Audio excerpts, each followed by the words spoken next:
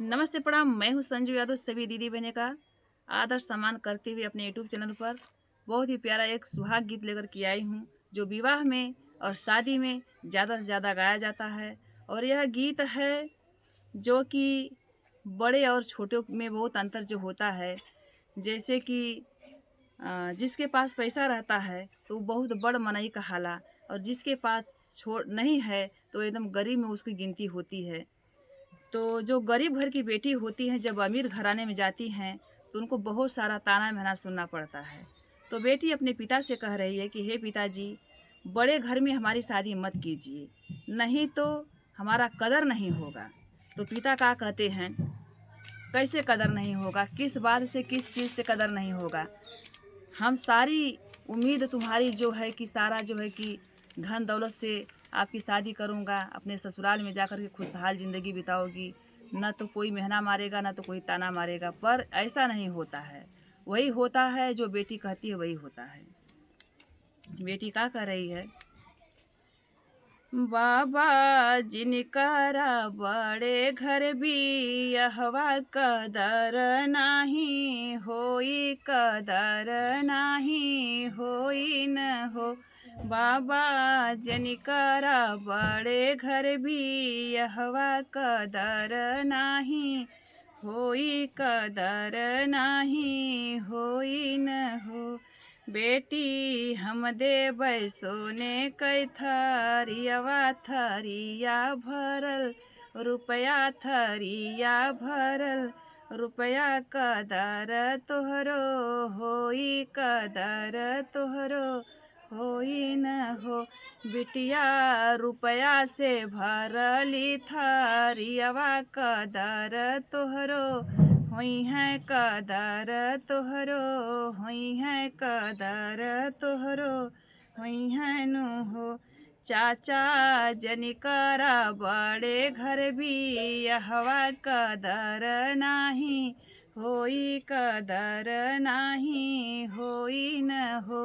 चाचा जनिकरा बड़े घर भी यहवा कदर नाही होई है, कदर नाही होई न हो। चाचा ओ तो मांग गैया भैंसिया यौ गोरु चर, वहवा कदर नाही होई, कदर नाही होई न हो। चाचा ओ तो मांग गैया भैंसिया यौ गोरु चर, वहवा कदर नाही होई, कदर नाही होई न हो। बेटी हम देब गैया भैंसिया यौ गोरु चर, वहवा कदर तोहरो होई, कदर तोहरो होई न हो। बेटी हम देबै गोरु चर, वहवा कदर तोहरो होई, कदर तोहरो होई न हो। भैया जनिकरा बड़े घर भी यहवा कदर नाही होई, कदर नाही होई न हो। भैया जनिकरा बड़े घर भी यहवा कदर नाही होई, कदर नाही होई न हो।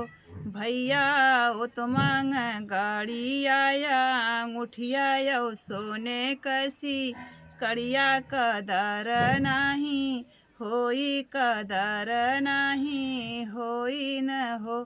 भैया ओ तो मांग गाड़ी आया अंगूठिया यौ सोने कसी, कड़िया कदर नाही होई, कदर नाही होई न हो। बहिनी हम देबै गाड़ी आया मुठिया यौ सोने कसी, कड़िया कदर तोहरो होई है, कदर तोहरो होई है न हो। बहिनी हम देबै सोने कसी, कड़िया कदर तोहरो होई है, कदर तोहरो होई है हो। पर बात को न तो पिता मानते हैं न तो चाचा मानते हैं। न तो भैया मानते हैं। शादी कर देते हैं, लास्ट में होता क्या है दीदी बहनी, बतिया ना मान हमरो बाबू तयवरो हमरो चाचा तो यवरो भी रन भैया यवरो भी रन भैया हो। बहिनी कई देहला बड़े घर भी यहवा त चली गईली ससुरे त चली गईली ससुरे न हो। बहिनी ससु मोरी कहली भी खरिन बेटी नाना दादा लिद्दर दलिद्दर नाना दादा लिद्दर हो। बहिनी ससु मोरी कहली भी खरिन बेटी नाना दादा लिद्दर भैया नाना दादा लिद्दर भैया हो। स्वामी बहिनी स्वामी मोरा नाटाई द बामत वाहिनी कदर नाही वाहिनी कदर नाही हो।